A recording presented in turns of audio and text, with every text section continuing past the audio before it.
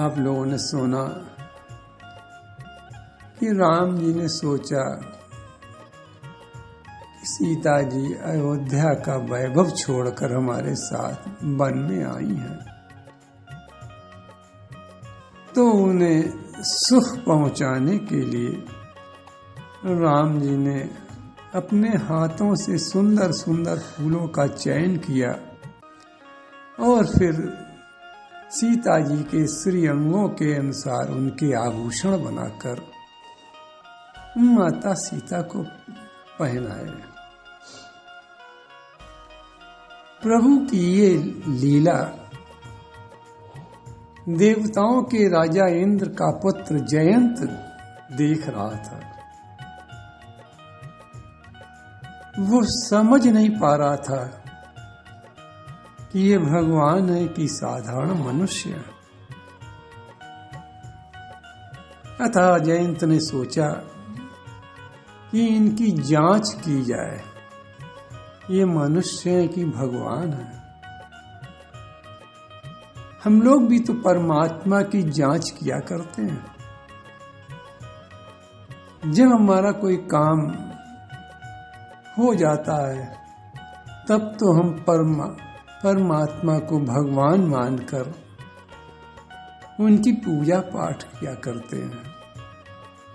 और यदि किसी कारण से हमारा काम नहीं बना तो हम भगवान को भी पत्थर की मूर्ति मानते हैं और श्रद्धा समाप्त कर देते हैं और कहते हैं भगवान कुछ नहीं है। हम लोग भी यही कार्य करते हैं जो जयंत ने जांचने का कार्य किया, वही हम लोग भी तो किया करते हैं। जयंत ने भी उनके बल की जांच करने के लिए कौवे का रूप बनाया है। तो वो जयंत देवताओं के राजा इंद्र का पुत्र है, पर कितना मूढ़ और मंदमती है।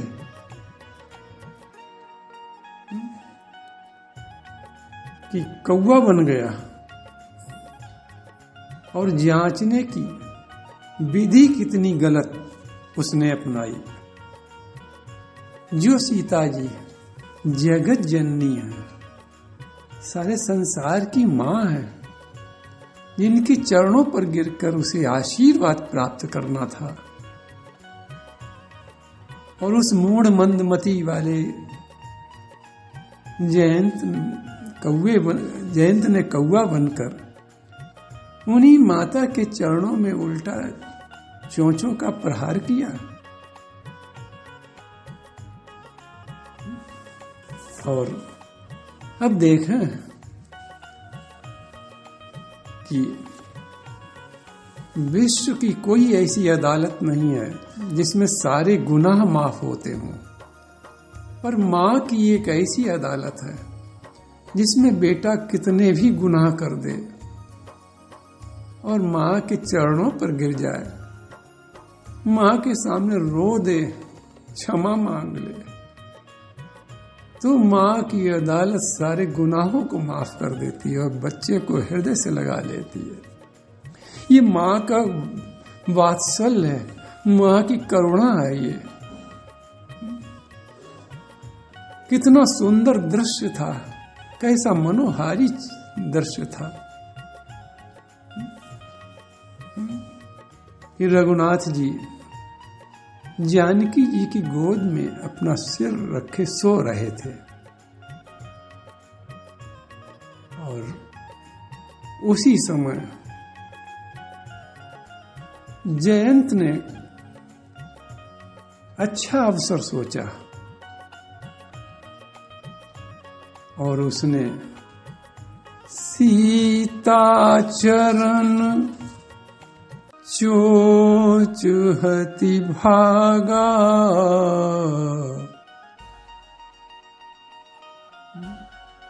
क्या किया जयंत ने? उस कौवे बने जयंत ने क्या किया?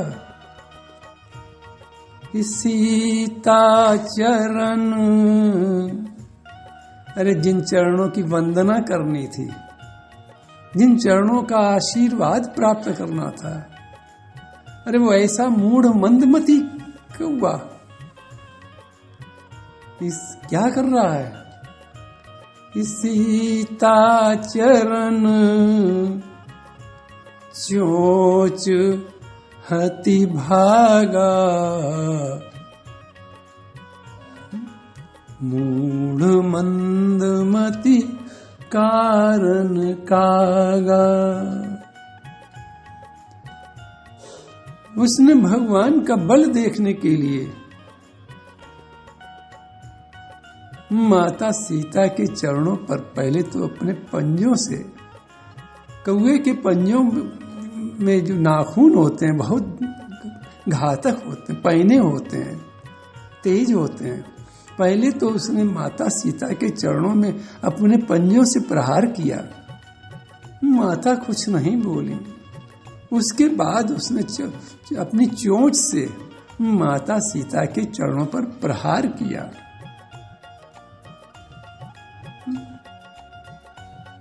शिवजी पार्वती से को कथा सुनाते हुए कहते हैं, पार्वती हे उमा देखो कौवा ये कितना मूढ़ है, कितना मंदमती का है, क्या कर रहा है कि सीता चरण चोच हति भागा।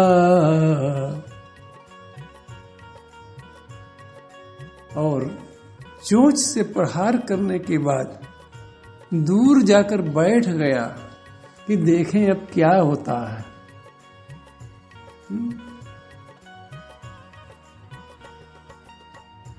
मूढ़ मंदमती कारण कागा।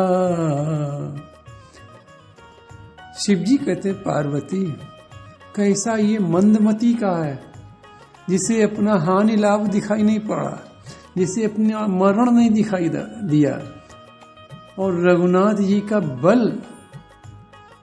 कि रघुनाथ जी के बल की जांच करना चाहता है।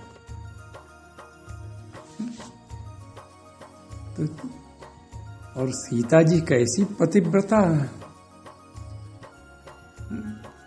कि रघुनाथ जी जानकी जी की गोद में सिर रखे सो रहे हैं और ये जयंत चोंच मार मार कर सीता जी को बेहाल कर रहा। सीता जी ने सोचा कि यदि हमने अपना अंग हिलाया, पैर हिलाया, तो रघुनाथ जी जाग जाएंगे, उनकी निद्रा भंग हो जाएगी, हमारे पति की निद्रा भंग हो जाएगी। इसलिए उन्होंने को अपना अंग हिलाया नहीं, कष्ट सहती रही। धन्य है माता सीता का पतिव्रत धर्म। सेवक धर्म बहुत कठोर होता है। आज सीता जी अपने पतिव्रत धर्म का निर्वाह कर रही हैं, अपने अंग को हिला नहीं रही हैं कि कहीं हमारे पति की निद्रा भंग न हो जाए। क्या हुआ कि चला रुधिर रघुनायक जाना, चला रुधिर रघुनायक जाना।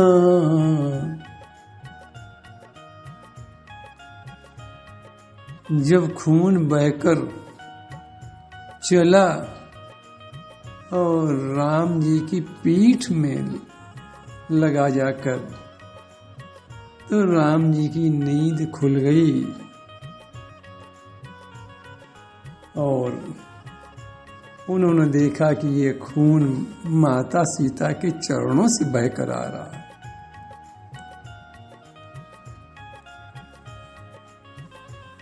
अब सोचो कोई साधारण व्यक्ति भी की स्त्री के साथ कोई यदि ऐसा व्यवहार करे तो वो व्यक्ति ऐसा व्यवहार करने वाले को कितना कठोर दंड देगा।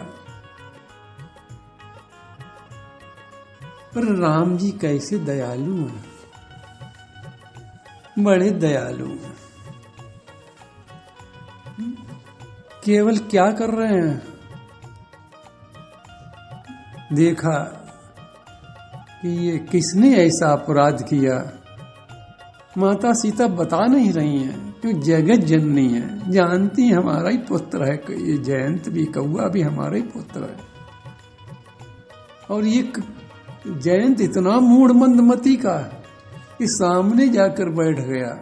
राम जी की दृष्टि पड़ी, देखा कि इस कौए की चोंच में खून लगा है। वो समझ गए कि इसी ने ये अपराध किया है।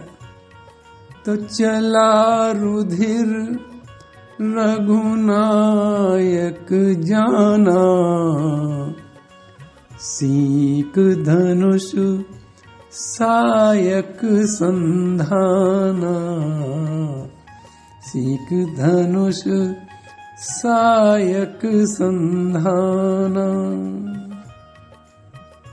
राम जी ने एक सींग को उठाकर उसका धनुष बनाया और सींग का ही उस पर बाण चढ़ाया और ब्रह्मास्त्र मंत्र से अभिमंत्रित किया और जयंत के पीछे छोड़ दिया, उस कौवे के पीछे छोड़ दिया। ब्रह्मास्त्र एक ऐसा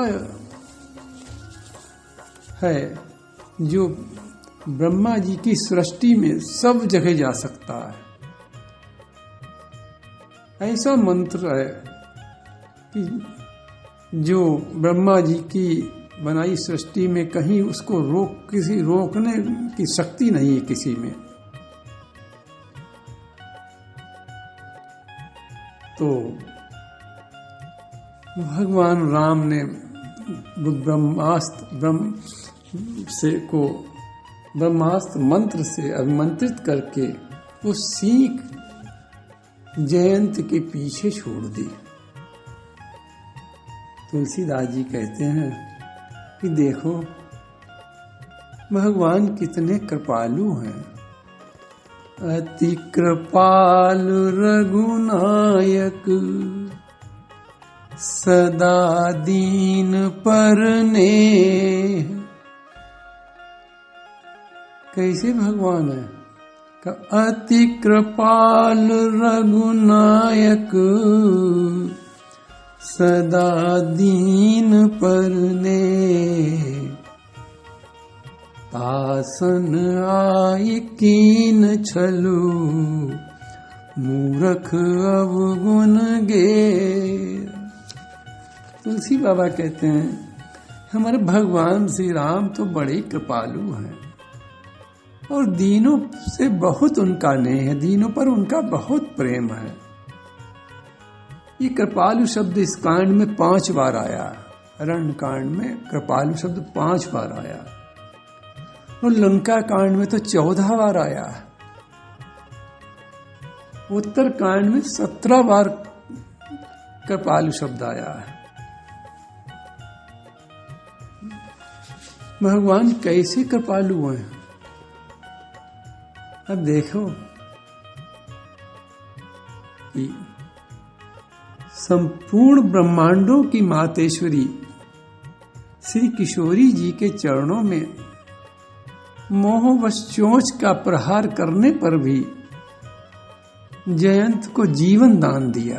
जयंत का जीवन नहीं लिया, जीवन समाप्त नहीं किया। ऐसे राम जी कृपालु हैं। अब देखो मारीच स्वर्ण मृग बनकर आया था, लेकिन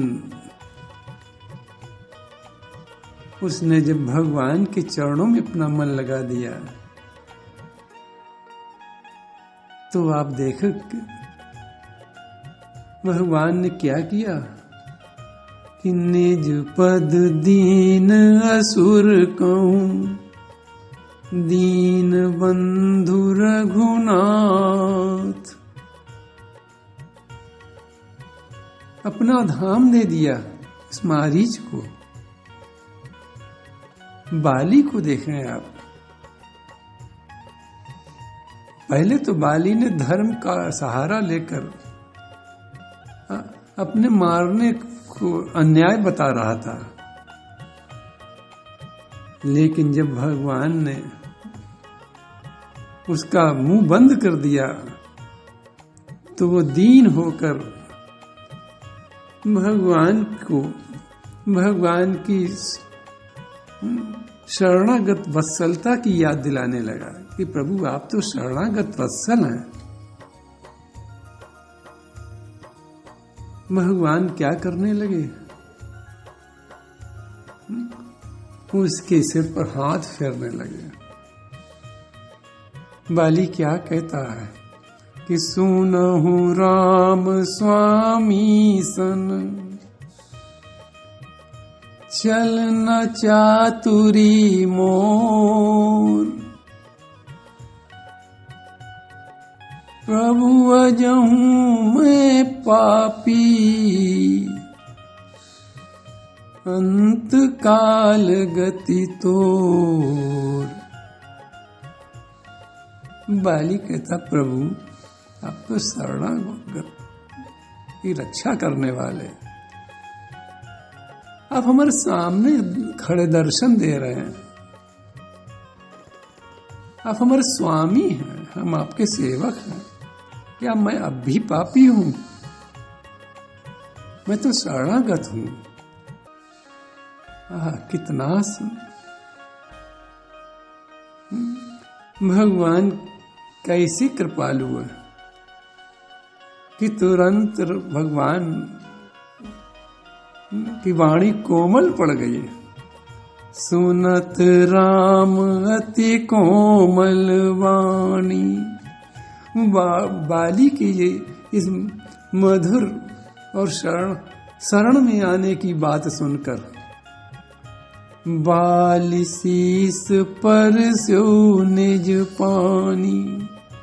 राम जी बाली के सर पर हाथ फेरने लगे।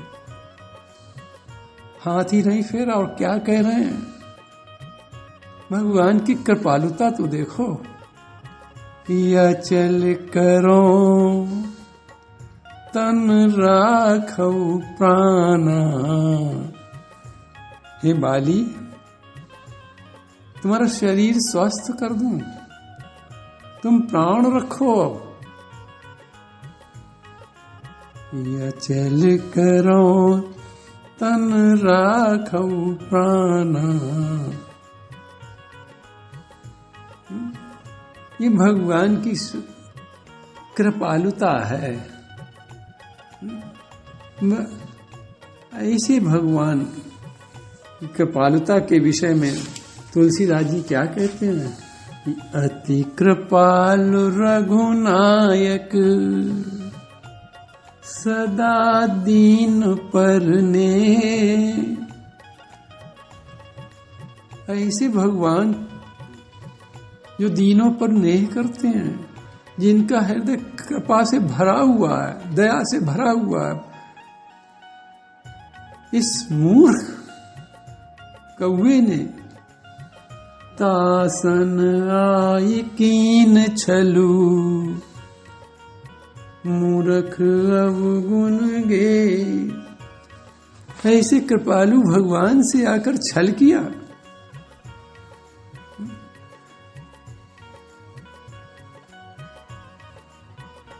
भगवान ने प्रेरित मंत्र ब्रह्म सर धावा, चला भाजी बायस भय पावा।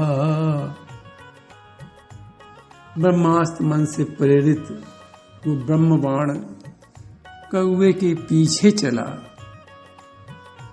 कौवा भयभीत होकर भागा। ब्रह्मास्त्र सबसे बड़ा अस्त्र है, इसकी गति सर्वत्र है। भगवान की भगवत्ता तो देखो, थी एक सीख, लेकिन मंत्र से प्रेरित होकर वही सीख दौड़ने लगी। देखने में तो वो सीख लगती थी, लेकिन उसमें तेज ब्रह्मास्त्र का था।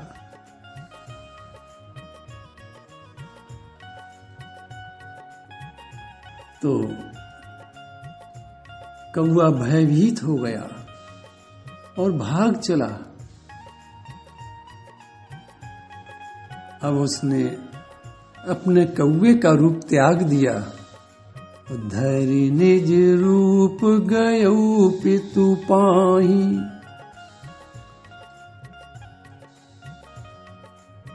अपना रूप रखकर, जयंत बनकर अपने पिता इंद्र के पास गया, जिससे कि वो पहचान ले कि ये मेरा पुत्र है और पुत्र को देखकर हमारी रक्षा करें, क्योंकि पिता को पुत्र बहुत प्यारा होता है। लेकिन राम विमुख राखा तेहि नाही। राम से विमुख होने के कारण उसके पिता इंद्र ने उसकी रक्षा नहीं की। ब्रह्म धाम शिवपुर सब लोका। फिर आश्रमित व्याकुल भय शोका।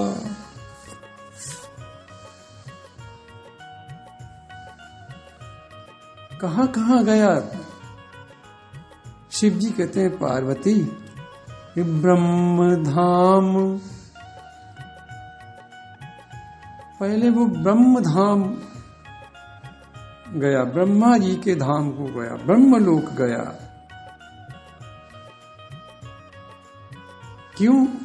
क्योंकि सीख ब्रह्मास्त्र मंत्र से अभिमंत्रित थी, तो उसने सोचा कि ब्रह्मा जी तो इसका अवश्य निराकरण कर देंगे। इसलिए ब्रह्म धाम गया, पहले ब्रह्मलोक गया, लेकिन ब्रह्मा जी ने भी उसकी रक्षा नहीं की। फिर कहाँ गया?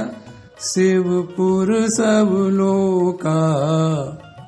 शिवलोक गया, क्योंकि शिव जी संहार के देवता हैं, मृत्युंजय हैं, मृत्यु को हटा सकते हैं। तो सोचा कि ऐसे शिव जी हमें तो बचा ही लेंगे। लेकिन शिव जी ने भी उसकी रक्षा नहीं की। क्यों रक्षा नहीं की? राम विमुख राखा तेहि नाही। राम के विमुख जीव को कौन रख सकता है? तो क्या हुआ कि फिर आश्रमित व्याकुल भय शोका। ब्रह्म धाम शिवपुर सब लोका। फिर आश्रमित व्याकुल भय शोका। 14 भुवनों में गया, 8 लोकपालों के यहाँ गया, सबसे शरण मांगी, वैकुंठ में गया, महावैकुंठ में गया, सब जगह गया, करोड़ों योजन चला, लेकिन कहीं रक्षा नहीं हुई। रक्षा तो छोड़ दो, काहू बैठन कहा नोई। राखी को सके राम कर द्रोही। किसी ने बैठने को ही नहीं कहा। वैसे जब ये जाता था, इंद्र का पुत्र होने के नाते लोग सम्मान से इसको बैठालते थे, लेकिन आज स्थिति क्या है राम विमुख होने से कि काहू बैठन कहा नोही। तुलसीदास जी को बहुत बुरा लगा ये, इस जयंत का कार्य बहुत बुरा लगा, निंदनीय लगा, बहुत खराब लगा। तुलसीदास को बहुत कष्ट हुआ इस जयंत के कार्य से, अपराध से, इसलिए उन्होंने इसका नाम ही नहीं लिखा। तुलसीदास जी वो ही लिख रहे हैं,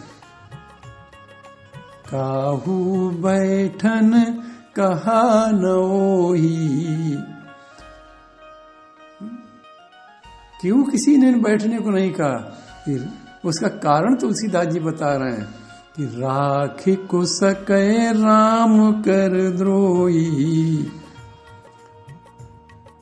वैसे तो भगवान राम का ही सुंदर कांड में वाक्य है कि शरणागत कहूँ जेत जहीं निज अनहित अनहित अनुमान।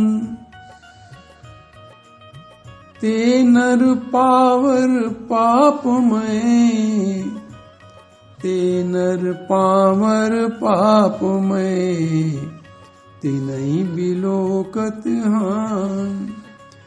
भगवान राम स्वयं कह रहे हैं सुंदर कांड में कि शरणागत कहूँ जेत जहीं निज अनहित अनुमान। ते नर पावर पापमय, तिनहि बिलोकत हान। ये भगवान राम के मुखारविंद से ही निकला हुआ वाक्य है कि शरणागत की रक्षा करनी चाहिए। पर यहां तो उल्टा दिखाई पड़ रहा कि काहू बैठन कहा नोई। शरणागत को जो की रक्षा जो नहीं करते हैं उन्हें तो देखने से भी हानि लगती, उन पाप लगता है। शरणागत की रक्षा करना धर्म है और राम विमुख धर्म विमुख व्यक्ति की रक्षा करना अधर्म है।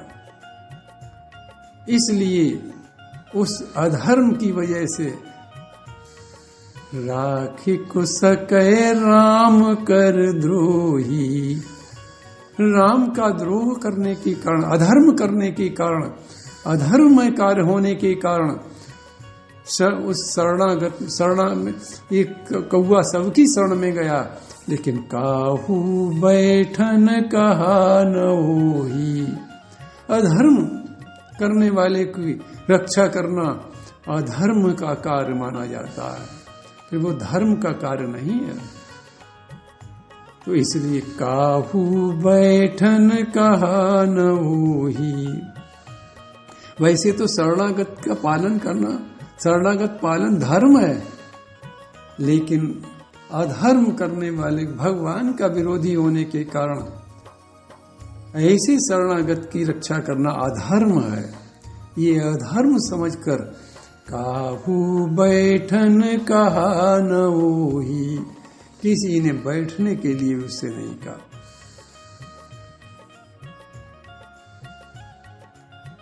गरुड़ जी काकभूषुंडी को ये कथा सुना रहे हैं। गरुड़ जी को काकभूषुंडी गरुड़ जी को ये कथा सुना रहे हैं, तो नीति का उपदेश करते हुए कहते हैं काकभूषुंडी कि मातु मृत्यु पितु समन समाना, सुधा कोई विष सुनु हरि जाना।